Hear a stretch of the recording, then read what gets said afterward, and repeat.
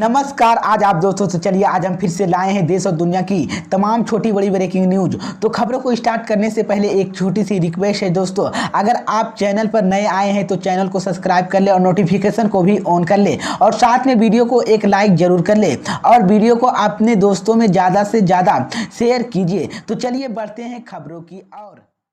इसी बीच पर दोस्तों अगली खबर की ओर, तो गुजरात में पहले चरण का चुनाव हुआ संपन्न। बीजेपी का हुआ सुफला साफ, कांग्रेस को मिली बम्पर फोड़। जी हां दोस्तों, आपको बता दें ये बड़ी खबर सामने निकल कर आई दोस्तों कि गुजरात विधानसभा चुनाव के पहले चरण के लिए आज मतदान जारी होने के बाद कल ही मतदान खत्म हो गया था और गुजरात में 2 चरणों के विधानसभा चुनाव की संपन्न होना है। 8 दिसंबर को नतीजे आएंगे।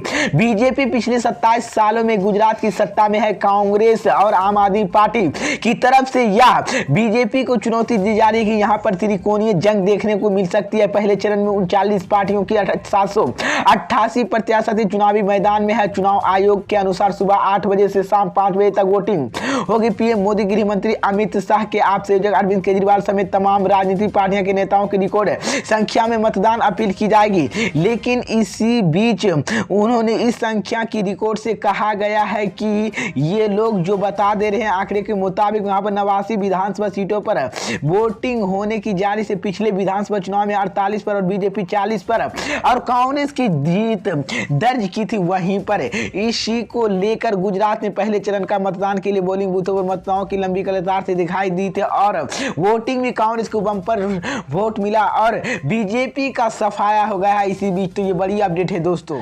इसी बीच पर दोस्तों अगली खबर की औरत की पेट्रोल डीजल की बढ़ती कीमतों को लेकर राहुल गांधी ने मोदी सरकार पर बोला बड़ा हमला, कहा चुनाव हुआ खत्म, फिर से लूट हुआ शुरू। जी हां दोस्तों, आपको बता दें ये बड़ी खबर सामने निकल कर आई दोस्तों कि देश में पेट्रोल और डीजल की बढ़ती कीमतों को लेकर एक बार फिर से रिकॉर्ड ऊंचाई पर पहुंच रही है। आज पेट्रोल की कीमतों में 25 पैसे प्रति लीटर की, डीजल के दाम में 30 पैसे प्रति लीटर की बढ़ोतरी हुई है। तेल कंपनियों में लगातार तीसरे दिन तेल का दाम बढ़ाए गए। पेट्रोल डीजल की दाम में दैनिक मूल्य समान न होने शुरू होने के बाद अब तक की बड़ी वृद्धि में एक तेल की कीमतों को लेकर कांग्रेस नेता राहुल गांधी ने मोदी सरकार पर एक बार फिर से निशाना साधा। उन्होंने ट्वीट कर कहा कि केंद्र सरकार अरे हाथे लिया और कहा कि कांग्रेस के पूर्व अध्यक्ष राहुल गांधी ने ट्विटर में कहा कि चुनाव खत्म, लूट फिर से शुरू हो गया। इससे पहले भी राहुल गांधी तेल की कीमतों को लेकर कई बार केंद्र की मोदी सरकार पर आलोचना कर चुके हैं और राहुल गांधी के अलावा कांग्रेस के मुख्य प्रवक्ता रणदीप सुरजेवाला ने कहा कि देश में कोरोना की जूझ रहे पर मोदी सरकार ने हर रोज पेट्रोल डीजल की दाम बढ़ा रहे थे और जनता को लूट रहे हैं। पेट्रोल डीजल की बढ़ती कीमतों के लेकर वापस को लेकर गुरुवार को पेट्रोल के दाम शाम को 25 पैसा प्रति लीटर और डीजल के दाम में 30 पैसे प्रति लीटर की वृद्धि दिखाई दी गई है। वहीं को लेकर इसी कीमतों पर पेट्रोल डीजल की कीमतों 90.99 रुपये प्रति लीटर है।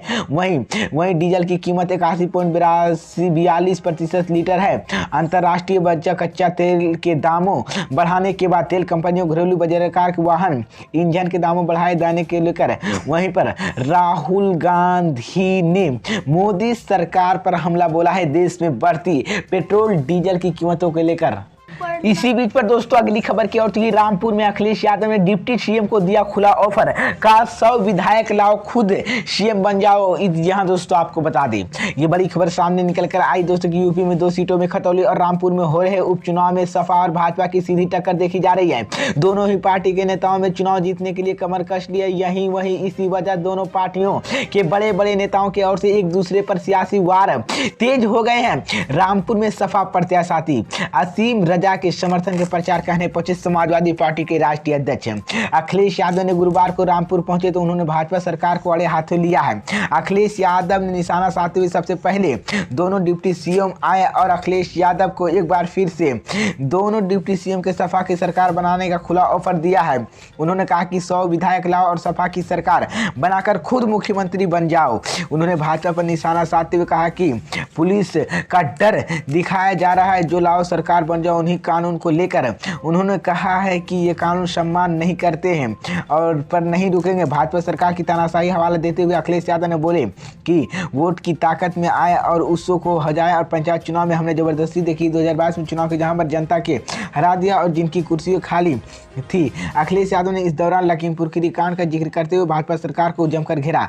समाजवादी पार्टी के राष्ट्रीय अध्यक्ष दोनों डिप्टी सीएम चुटकी में लेते हुए केशव प्रसाद मौर्य ने ब्रजेश पाठक की माफिया गले तो खुद कहा कि भी बड़ा ऑफर दिया और कहा कि हमारा फिर से ऑफर है कि 100 विधायक लाओ और सीएम बन जाओ डिप्टी सीएम को लेकर। इसी बीच तो ये बड़ी अपडेट है दोस्तों, अखिलेश यादव ने बड़ा ऐलान कर दिया और खुला ऑफर दे दिया, जिसके बाद भाजपा की नींद उड़ गई है और मुश्किलें बढ़ गई है। तो ये बड़ी अपडेट है दोस्तों। इसी बीच पर दोस्तों अगली खबर की ओर असदुद्दीन ओवैसी का बड़ा दावा, कहा लद्दाख में पेट मजबूत कर रही है चीनी सेना मोदी सरकार, सच हुआ फैल। जी हाँ दोस्तों, आपको बता दी ये बड़ी खबर सामने निकल कर आई दोस्तों कि एएमआईएम के प्रमुख और हैदराबाद के सांसद असदुद्दीन ओवैसी ने एक अंग्रेजी वेबसाइट की खबर हवाला देते हुए कहा कि चीनी सेना लद्दाख में अपने पैर मजबूत हो रही है। उन्होंने ट्वीट कर करते हुए केंद्र सरकार पर निशाना साधा और सवाल किया कि जब पूरी दुनिया याद दिखा रहा था कि नरेंद्र मोदी सरकार सच क्यों छुपा रही है। उन्होंने वेबसाइट पर कथित तौर पर सैटेलाइट तस्वीरों के हाथ स्टैंड के भाग लेते हुए जिसमें कहा कि वालिया भारतीय सीमा पर अपनी सैन्य पकड़ मजबूत कर रही है। और ओवैसी ने इसी वेबसाइट का स्टोरी लिंक साझा करते हुए केंद्र की बीजेपी नीति मोदी सरकार पर निशाना साधा है।